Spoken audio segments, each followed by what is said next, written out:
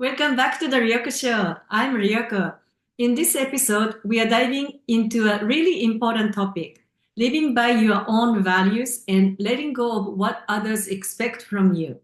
There are times in life when we feel lost, stuck, or unclear about what we want. Why does this happen? Often it's because we suppress our true desires in an effort to live up to other people's or society's expectations.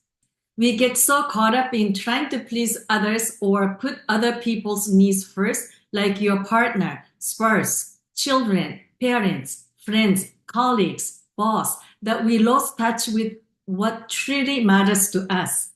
As a result, when we finally ask ourselves what we want, we find that we don't even know anymore. But today, we are going to explore how to rediscover what truly matters to you. I'll share some practical activities that can help you clarify your values. So let's get started. First, let's talk about what I mean by values. Values are the things that are most important to us in life. They guide our decisions and shape who we are. Think about it. What matters most to you? Is it family, freedom, creativity, or maybe helping others? I remember a time in 30s, especially when I came to Canada and met many newcomers, people frequently questioned why I was married and didn't have children. It seemed as though many assumed that this was the only path a woman in her 30s should follow. Deep down, I knew that these expectations didn't resonate with me. What I truly desired was to explore the world and immerse myself in new experiences across different countries.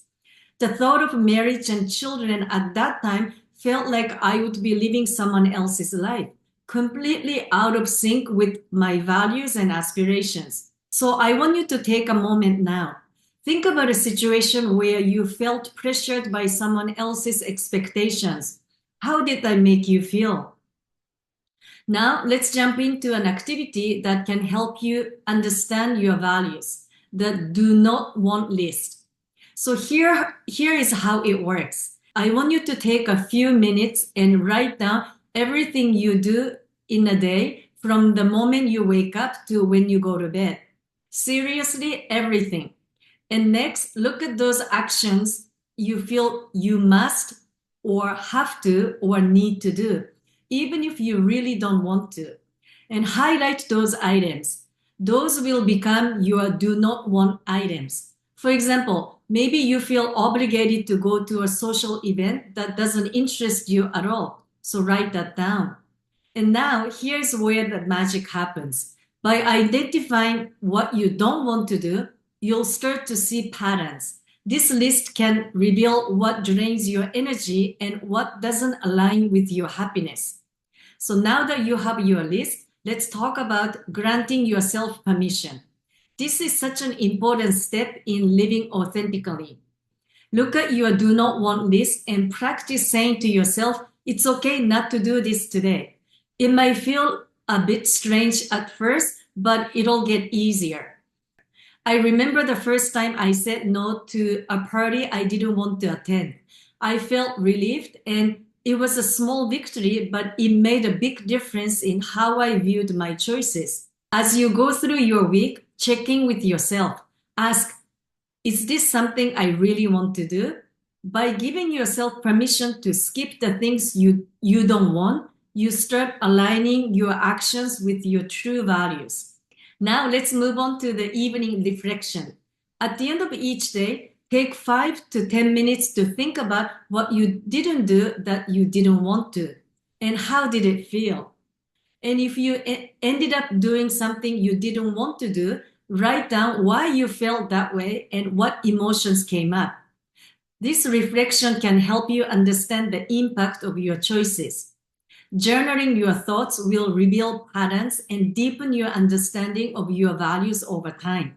When I was working full-time and attending business school in French, I was incredibly busy juggling my job and studying in French, and which added extra layer of challenge because French is my fourth language. And to make the most of my time, I resorted to mass cooking on Sundays, preparing meals in bulk, and packing lunch and dinner for the entire week.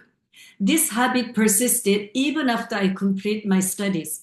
But one day, I decided to change my approach to cooking.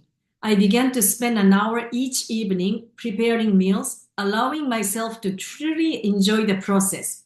I realized that in my rush for efficiency, I was cooking not for the enjoyment of cooking, but simply for convenience, and often opting for easy, fast meals instead of what I really wanted to eat.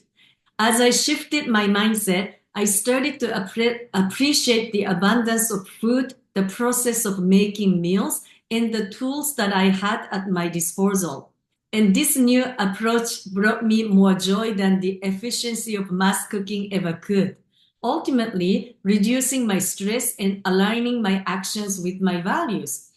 By choosing to embrace the experience of cooking, I found greater fulfillment in my daily life. So to wrap things up, remember, living authentically is all about knowing what you value and allowing yourself the freedom to choose what's right for you. I encourage you to try these activities over next month and see how they impact your life. Well, that's all for today. Thank you so much for joining me. If you liked the episode, please subscribe and rate and review. And if you haven't already, go to the show note and grab a free guide to transform your life. Until next time, keep shining.